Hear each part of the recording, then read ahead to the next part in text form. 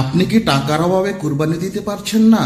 আপনি কি জানেন রাসূলুল্লাহ সাল্লাল্লাহু আলাইহি ওয়াসাল্লাম আমাদেরকে এমন একটা আমল শিক্ষা দিয়ে গিয়েছেন যেটা করলে আমরা কুরবানি না দিয়েও পূর্ণ একটি কুরবানির সওয়াব পেতে পারি। রাসূলুল্লাহ সাল্লাল্লাহু আলাইহি ওয়াসাল্লাম বলেন, যাদের কুরবানি দেওয়ার সামর্থ্য না আছে তারা যেন জিলহজ মাসের চাঁদ ওঠার পর থেকে কুরবানির আগ পর্যন্ত নিজের চুল, নখ, গোঁফ বা দাড়ি এবং শরীরের কোনো অংশের পশম না কাটে।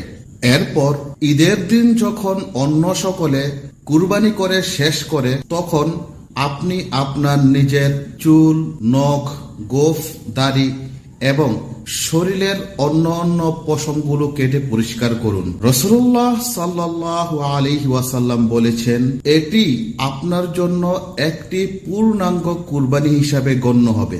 এই ফজিলতপূর্ণ হাদিসগুলো এসেছে সুনানে আবু দাউদ 2798 নম্বর হাদিস এবং সহিহ মুসলিম 1977 নম্বর হাদিস।